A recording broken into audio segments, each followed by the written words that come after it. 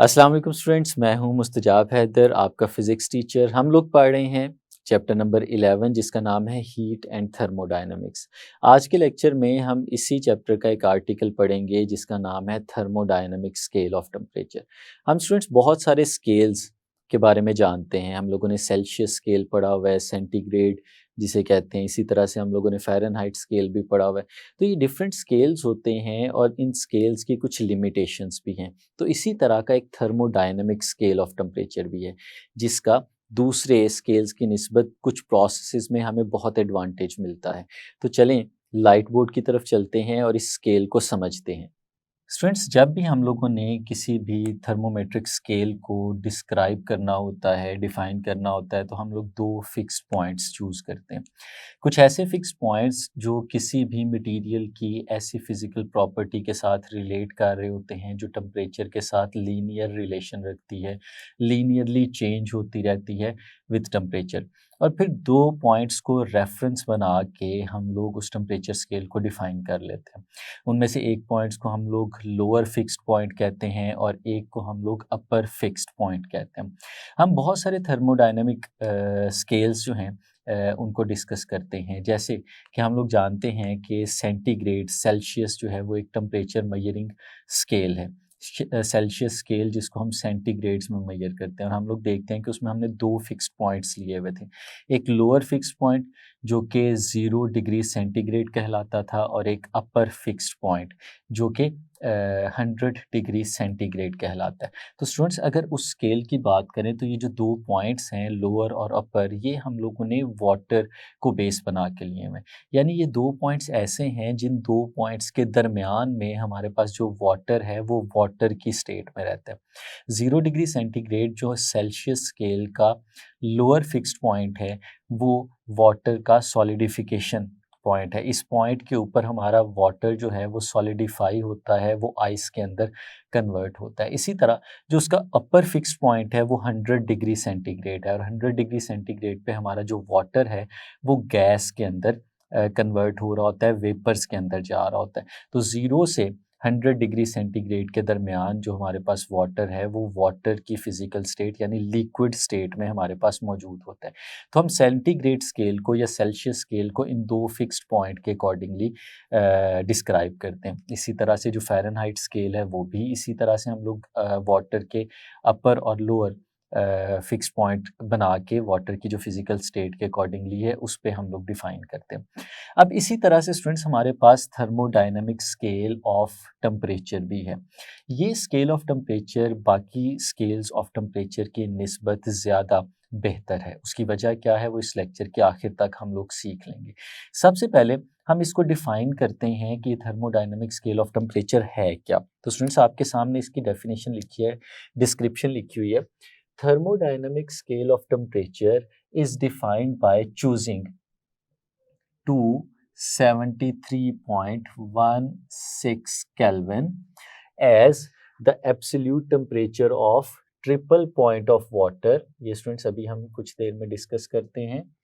Triple point of water as one fixed point, ये students हमारे पास अपर फिक्स्ड पॉइंट कहला रहा है।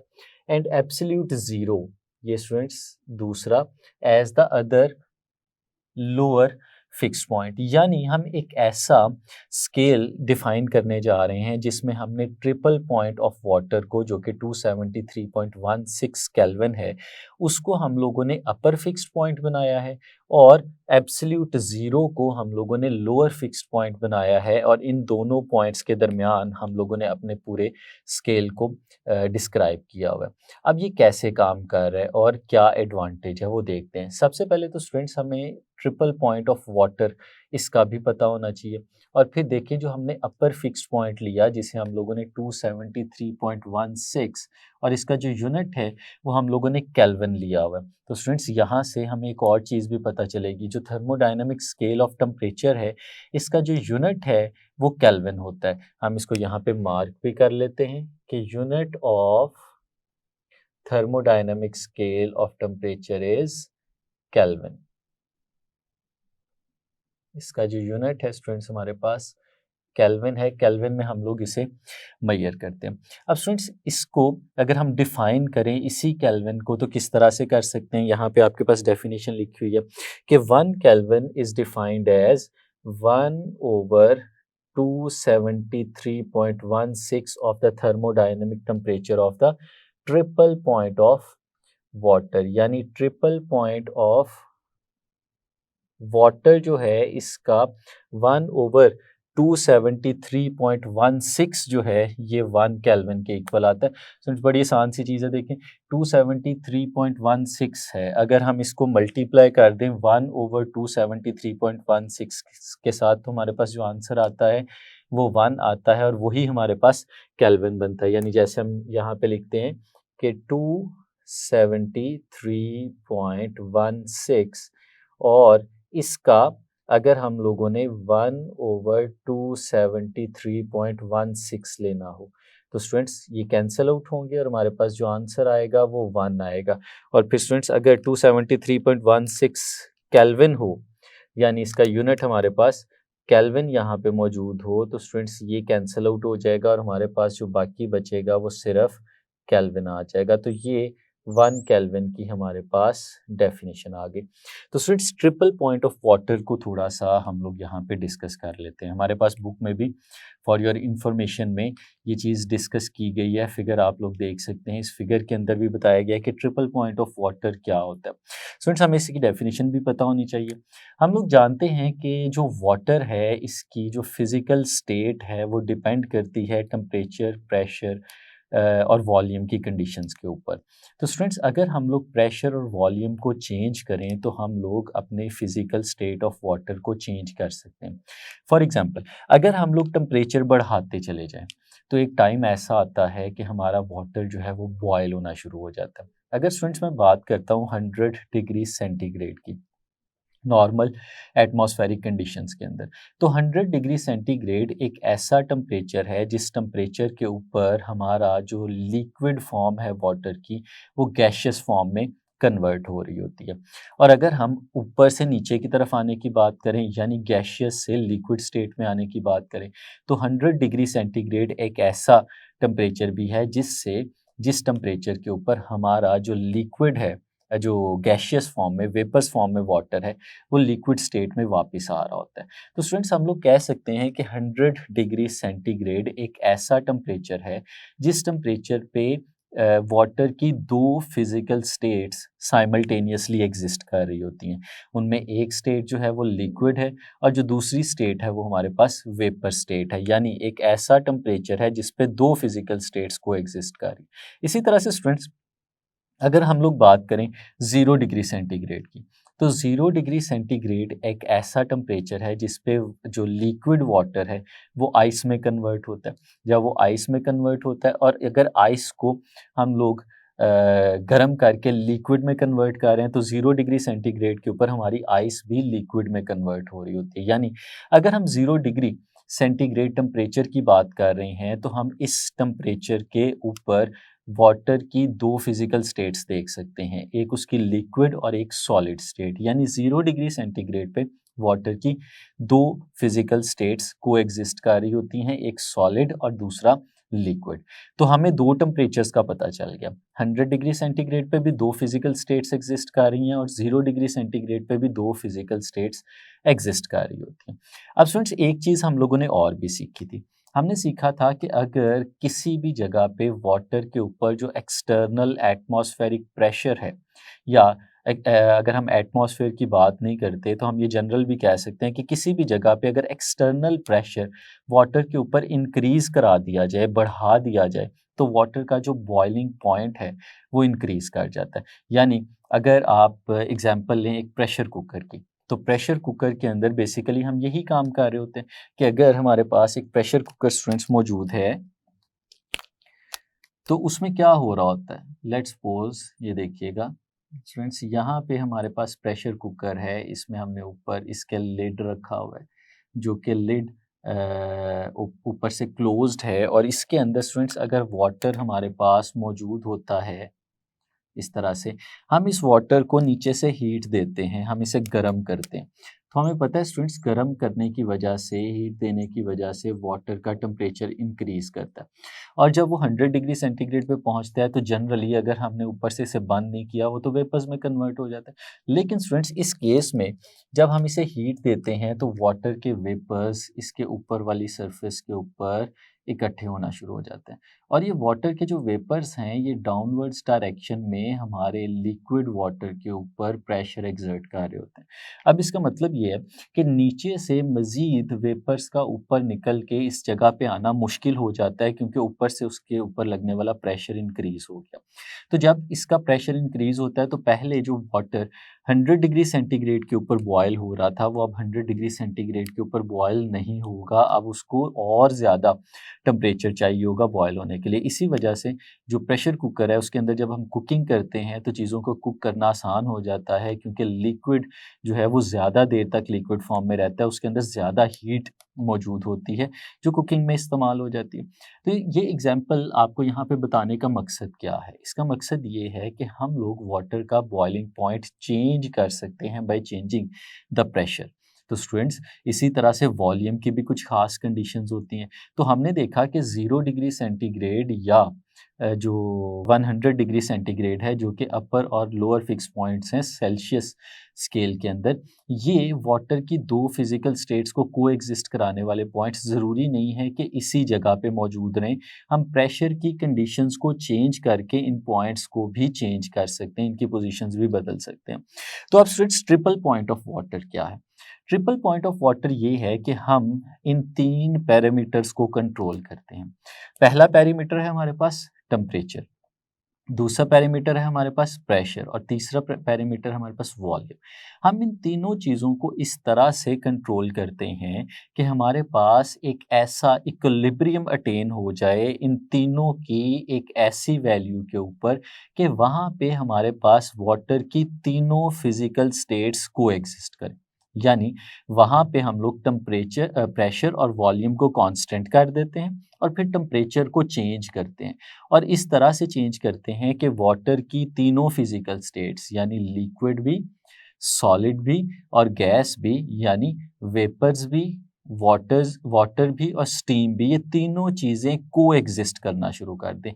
आइस भी मौजूद हो, वाटर भी मौजूद हो और स्टीम भी मौजूद हो। जहाँ पे ये तीनों चीज़ें मौजूद होंगी, एग्जिस्ट कर रही होंगी, कोएग्जिस्ट कर रही होंगी, इक्विलिब्रियम में होंगी। जैसे 100 डिग्री सेंटीग्रेड पे 2 चीज़ें इक्विलिब्रियम में थी, यहाँ पे हम तीनों चीज़ों को इक्विलिब्रियम में लेके आते हैं। जहाँ पे वो तीनों चीज़ें इक्विलिब्रियम में होंगी हम उसे नाम देते हैं ट्रिपल पॉइंट ऑफ वाटर का, जो कि नाम से हमारे पास यहाँ पे ज़ाहिर हो रहा है। तो फिर स्टूडेंट्स, इसे हम लोग ट्रिपल पॉइंट ऑफ वाटर को डिफाइन भी कर सकते हैं। It is a point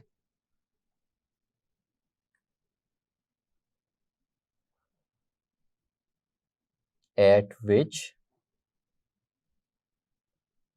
3 states of water,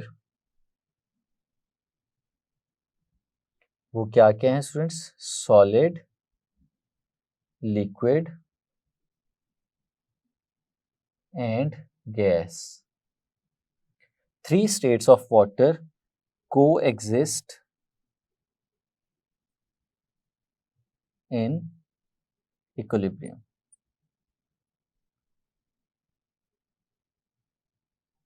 तीनों स्टेट्स कोएग्जिस्ट कर रही होती हैं, और फिर इस स्टेट पे, इस पॉइंट पे स्टूडेंट्स, हम लोग प्रेशर और वॉल्यूम को कांस्टेंट रख देते हैं, और फिर वहाँ पे हम लोग टेम्परेचर देखते हैं, और वो टेम्परेचर स्टूडेंट्स हमारे पास है 273.16 केल्विन।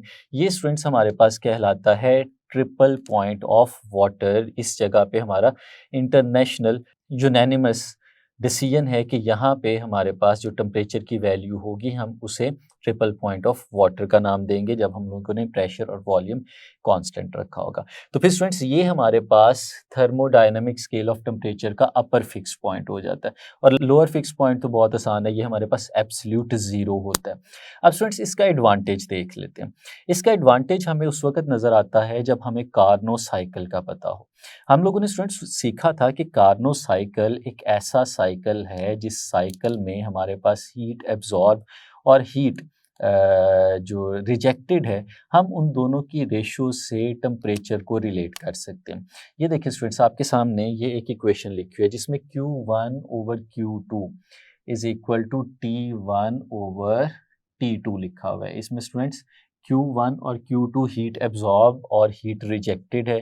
T1 और T2 हमारे पास टेम्परेचर है हॉट बॉडी का और कोल्ड बॉडी का। तो स्टूडेंट्स अगर इसको हम लोग सामने रखें तो ये रेशो कांस्टेंट रहती है कि जो टेम्परेचर्स की रेशो है वो उनकी हीट एब्जॉर्प्शन की रेशो के इक्वल होती है, क्योंकि इन दोनों के दरमियान डायरेक्ट रिलेशन है।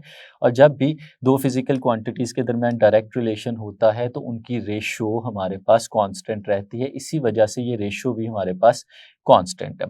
अब स्टूडेंट्स अगर ये चीज़ हम सामने रखें तो हमने देखा था कि जो हमारे पास कार्नो इंजन होता है या कार्नो साइकिल है, वो कार्नो साइकिल वर्किंग सब्सटेंस पे डिपेंड नहीं करता। वो सिर्फ देखता है कि हीट एब्जॉर्ब्ड और हीट रिजेक्टेड वो कितनी है, किस वर्किंग सब्सटेंस ने ये सारे का सारा काम किया, उस पे ये बिल्कुल भी डिपेंड नहीं करता। यानी वो जो फिजिकल प्रॉपर्टी हम किसी भी मटेरियल की यूज़ करते हैं अपनी मेजरमेंट के लिए, वो यहाँ पे इम्पोर्टेंस नहीं रखती, वो यहाँ से माइनस हो जाती है। अब इसकी एक एग्जांपल मैं आपको समझाता हूँ कि अगर आप एक टेम्परेचर मेजरिंग डिवाइस को देखें, जैसे फॉर एग्जांपल हमारे पास एक थर्मोमीटर है। थर्मोमीटर के अंदर स्टूडेंट्स हम किस तरह से टेम्परेचर मेजर करते हैं? हम देखते हैं कि हमारे पास एक लॉन्ग ट्यूब होती है। ये थोड़ा-सा मैं उसे एक्ज़ैजरेट करके दिखा रहा हूँ, और उस लॉन्ग ट्यूब के नीचे स्टूडेंट्स हमारे पास एक बल्ब टाइप मटेरियल होता है। ये स्टूडेंट्स आप समझ लें कि जैसे हमारा मरकरी का थर्मोमीटर था, हम उसकी बात कर रहे हैं। और स्टूडेंट्स हमने देखा था कि इस बल्ब के अंदर और इसके अंदर हम लोगों ने मरकरी जो है वो उसे फिल किया होता है। और फिर अगर इसका टेम्परेचर बढ़े किसी वजह से, लेट्स सपोज स्टूडेंट्स हम इस बल्ब को जो मरकरी का है, हम इसको ऐसी जगह पे रखते हैं जहाँ पे हीट इसके अंदर जा सकती है, और हीट इसके अंदर जाएगी तो इसके टेम्परेचर को इंक्रीज़ कर देगी। जैसे हम लोग देखते हैं कि अगर हमने अपनी बॉडी का टेम्परेचर मेजर करना हो तो डॉक्टर्स के पास एक मरकरी का थर्मोमीटर होता है जिसको हमारी आर्मपिट के अंदर या हमारी टंग के नीचे प्लेस करते हैं और कुछ टाइम के बाद निकाल के देखते हैं। उससे होता क्या है कि ये स्टूडेंट्स अगर हीट है Q जो इसके अंदर एब्जॉर्ब हो रही है तो मरकरी का टेम्परेचर बढ़ेगा, और जब टेम्परेचर बढ़ता है तो हमें पता है कि ये मरकरी की प्रॉपर्टी है कि टेम्परेचर बढ़ने की वजह से इसने एक्सपैंड होना है, और जब ये एक्सपैंड होगी तो एक्सपेंशन के लिए एक ही जगह नज़र आती है, और वो है इसका अपवर्ड डायरेक्शन में मूव करना। तो ये मरकरी ऊपर की तरफ मूव करना शुरू कर देती है, राइज करना शुरू कर देती है एक्सपेंशन की वजह से, और जिस जगह तक लेट्स सपोज वो राइज करके चली जाए, हम लोगों ने पहले ही वहाँ पे मार्किंग की होती है कैलिब्रेशन के साथ, तो उससे हमें पता चल जाता है कि उस जगह पे टेम्परेचर कितना था। तो यहाँ पे स्टूडेंट्स जो हम लोग प्रॉपर्टी मटेरियल की यूज़ कर रहे हैं वो है उसका expansion with time with heat, कि टेम्परेचर के इंक्रीज़ होने से, हीट के एब्जॉर्ब होने से वो एक्सपैंड होती है, उसका वॉल्यूम इंक्रीज़ हो जाता है। इसी तरह से स्टूडेंट्स हमारे पास ऐसे भी थर्मोमीटर्स हैं जो कंडक्टिविटी को बेस बनाते हैं, कि कुछ मटेरियल्स हैं जिनकी कंडक्टिविटी विद टेम्परेचर डिक्रीज़ हो जाती है, कुछ मटेरियल ऐसे हैं जिनकी कंडक्टिविटी विद टेम्परेचर इंक्रीज़ हो जाती है, तो उनका टेम्परेचर के साथ लीनियर रिलेशन है। तो वो जैसे-जैसे चेंज होती जाती है टेम्परेचर के चेंज होने से, वहाँ से हम स्केल के अकॉर्डिंगली उसको मेजर कर लेते हैं। लेकिन स्टूडेंट्स इन सब की एक लिमिट होगी, क्योंकि ये जो प्रॉपर्टीज़ हैं किसी भी मटेरियल की, वो टेम्परेचर के साथ लीनियर रिलेशन रखने वाली, वो हमेशा लीनियर नहीं रखती। एक ऐसी लिमिट भी आती है जहाँ पे वो रिलेशन लीनियर नहीं रहता बल्कि वो चेंज हो जाता है। कंडक्टिविटी के केस में भी ऐसे होता है और एक्सपेंशन के केस में भी ऐसे होता है। स्टूडेंट्स जैसे ये मरकरी की एग्जांपल मैंने दी, तो टेम्परेचर बढ़ेगा तो इसने एक्सपैंड करना है, और अगर टेम्परेचर इसका कम होगा तो इसने कंप्रेस होना है, इसने वापस पहले वाली स्टेट पे जाना है, नीचे की तरफ जाना है।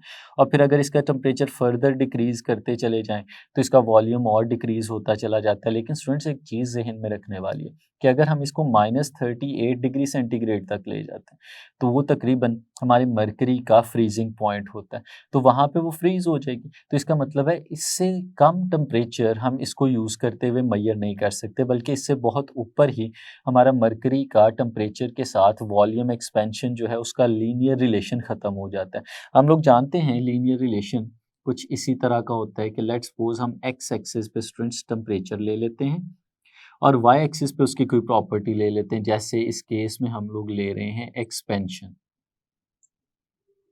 तो स्टूडेंट्स जैसे जैसे टेम्परेचर बढ़ता है हमारी एक्सपेंशन इंक्रीज होती चली जाती है, लेट्स सपोज वो इस तरह से बढ़ती चली जा रही है। तो स्टूडेंट्स ये एक लीनियर रिलेशन हमें नज़र आ रहा है, इस लीनियर रिलेशन से हम कैलिब्रेशन कर सकते हैं और एक स्केल प्रॉपर बना सकते हैं। लेकिन अगर टेम्परेचर इंक्रीज करे तो अचानक से हमारी एक्सपेंशन जो है वो फर्दर इंक्रीज ना करे, बल्कि वो कांस्टेंट हो जाए, वो इस तरह से आना शुरू हो जाए। तो फिर स्टूडेंट्स यहाँ से नीचे वाला टेम्परेचर इससे मेजर नहीं कर सकते, या यहाँ पे हमारे पास जो चेंज है वो बहुत ज़्यादा एब्रप्ट आना शुरू हो जाए, कुछ इस तरह से आ जाए, तो फिर भी रिलेशन हमारा लीनियर नहीं रहेगा। तो ये वो रेंज है जिसके अंदर हम टेम्परेचर मेजर कर सकेंगे, जिसे T1 और T2 कह देते हैं, क्योंकि इसके बाद हमारी जो फिज़िकल प्रॉपर्टी है जिसको हमने बेस बना के टेम्परेचर मेजर किया था, अब वो प्रॉपर्टी हम लोग यूज़ नहीं कर सकते क्योंकि वो नहीं रही। जैसे 38 से पहले ही ये रिलेशन आ जाए या -38 के ऊपर तो सॉलिडिफाई हो जाएगी, जब जब सॉलिडिफाई हो जाएगी तो फिर हम उसके सॉलिड के वॉल्यूम एक्सपेंशन को या वॉल्यूम कॉन्ट्रैक्शन को आसानी से मेजर नहीं कर सकते, और लिक्विड फॉर्म में जो उसकी एक्सपेंशन थी उसको उसके साथ रिलेट भी नहीं कर सकते। तो इसका मतलब है कि हम फिर उसे प्रॉपरली मेजर इस केस में नहीं कर सकते। तो ये प्रॉब्लम हमारे पास आती है। लेकिन स्टूडेंट्स अगर हम लोगों को पता हो कार्नो साइकिल का, तो हम कार्नो साइकिल का जो रिवर्सिबल साइकिल है उस साइकिल से ये जो कोई भी फिजिकल प्रॉपर्टी है इसको एलिमिनेट कर सकते हैं। किस तरह से? हम लोग जानते हैं कि अगर कार्नो साइकिल में कोई वर्किंग सब्सटेंस लें और उसको हम हीट करें और फिर एक्सपैंड करें और फिर उसे वापस लेके आए इनिशियल स्टेट के ऊपर, तो पूरे साइकिल के अंदर जो हीट एब्जॉर्ब है और जो हीट रिजेक्टेड है हम उसको प्रिसाइसली मेजर कर सकते हैं, और फिर उससे हमें ये रेशो मिलती है। लेट्स सपोज स्टूडेंट्स हम लोग एक वर्किंग सब्सटेंस लेते हैं और उस वर्किंग सब्सटेंस को एक अननोन टेम्परेचर के ऊपर रखते हैं, और उस अननोन टेम्परेचर को लेट्स सपोज स्टूडेंट्स हम लोग नाम दे देते हैं टी का इस फॉर्मूले में, और उस वक़्त जो हीट एब्ज़ॉर्ब हुई थी हम उसे Q1 का ही नाम दे देते हैं। और फिर उस वर्किंग सब्सटेंस को स्टूडेंट्स हम लोग लेके जाते हैं कहाँ तक, हम उसको लेके जाते हैं absolute temperature of triple point of water तक, यानी जो T2 है स्टूडेंट्स इसकी वैल्यू हम लोग ले जाते हैं 273.16 यहाँ तक ले जाते हैं। और फिर इन दोनों टेम्परेचर्स पे हम लोग देखते हैं कि कितनी हीट जो थी वो एब्जॉर्ब हुई, इन दोनों की रेशो हम लोग फाइंड आउट कर सकते हैं, और कार्नो साइकिल को यूज़ करते हुए हम इस रेशो को बहुत आसानी से निकाल सकते हैं। तो फिर स्टूडेंट्स अगर इस फॉर्मूले को हम लोग मॉडिफाई करें, ये जो वैल्यूज़ हम लोगों ने ली हैं वो इसके अंदर सब्सटीट्यूट करें, तो हमारे पास Q1 ओवर Q2 की रेशो आती है, और वो किसके बराबर आती है, T डिवाइडेड बाय 273.16। और फिर ये जो डिवाइड हो रहा है अगर इसको इस तरफ ले जाएं तो स्टूडेंट्स हमारे पास आया Q1 divided by Q2 into 273.16 is equal to T। तो स्टूडेंट्स ये हमारे पास एक रिलेशन आ गया जिसमें T एक अननोन टेम्परेचर हमें यहाँ पे नज़र आ रहा है। और स्टूडेंट्स ये जो अननोन टेम्परेचर है अगर हम इसे मेजर करना चाहें तो हमें फार्मूले के अंदर नज़र आ रहा है कि जो हीट एब्जॉर्ब्ड और हीट रिजेक्टेड है, या हॉट बॉडी और कोल्ड बॉडी और इसके वर्किंग सब्सटेंस की मूवमेंट के दौरान जो Q1 और Q2 हमें मिले थे, अगर उसकी रेशियो को देखें तो हम लोग unknown temperature T find out कर सकते हैं। तो स्टूडेंट्स इससे टेम्परेचर फाइंड आउट करना दूसरे स्केल्स की निस्बत क्यों आसान है, उसकी वजह बहुत सिंपल है कि स्टूडेंट्स ये वर्किंग सब्सटेंस की फिजिकल प्रॉपर्टी पे डिपेंड ही नहीं कर रहा, ये सिर्फ किस पे डिपेंड कर रहा है कि कितनी हीट एब्जॉर्ब हुई और कितनी हीट रिजेक्ट हुई। हमें उन दोनों हीट्स के बारे में पता होना चाहिए, तो उन हीट्स की मदद से हम लोग फिर टेम्परेचर फाइंड आउट कर सकते हैं। यानी ये जो प्रॉब्लम हम पहले देख रहे थे वो प्रॉब्लम यहाँ पे आके एलिमिनेट हो जाती है और हम सिर्फ हीट एब्जॉर्ब्ड और हीट रिजेक्टेड इन दोनों को सामने रखते हुए टेम्परेचर मैयर कर सकते हैं। तो फिर स्टूडेंट्स वो जो हमें कबाहत यहाँ पे नज़र आती थी, जो दिक्कत नज़र आती थी कि हम बहुत कम टेम्परेचर्स को मैयर नहीं कर सकते थे और या बहुत ज़्यादा टेम्परेचर्स को मैयर नहीं कर सकते थे, वो यहाँ पे मैयर कर सकते हैं। यानी बेसिक एडवांटेज जो थर्मोडायनामिक स्केल ऑफ टेम्परेचर का हमें यहाँ पे नज़र आ रहा है वो ये है कि बहुत थोड़े, बहुत छोटे टेम्परेचर जहाँ पे फिज़िकल प्रॉपर्टीज़ किसी भी मटेरियल की जैसे कंडक्टिविटी और हम लोगों ने एक्सपेंशन देखा है, ये रोल प्ले नहीं कर सकती, वहाँ पे भी हम लोग इस टेम्परेचर को मैयर कर सकते हैं। यानी बहुत थोड़े या बहुत ज़्यादा टेम्परेचर को अगर हम लोगों ने मैयर करना है तो थर्मोडायनामिक स्केल ऑफ टेम्परेचर को सामने रखते हुए कार्नो साइकिल का सहारा लेके हम वो टेम्परेचर्स मैयर कर सकते हैं। तो ये था स्टूडेंट्स हमारा आज का लेक्चर जिसमें हम लोगों ने थर्मोडायनामिक स्केल को समझा और हमने ये सीखा कि ये स्केल इसलिए दूसरे स्केल से बेटर है इन सम एस्पेक्ट्स कि इसको हम बहुत ही कम टेम्परेचर्स को मैयर करने के लिए भी इस्तेमाल कर सकते हैं। आज के लिए इतना ही, नेक्स्ट लेक्चर में मिलेंगे, तब तक के लिए इजाज़त दीजिए। अल्लाह हाफ़िज़।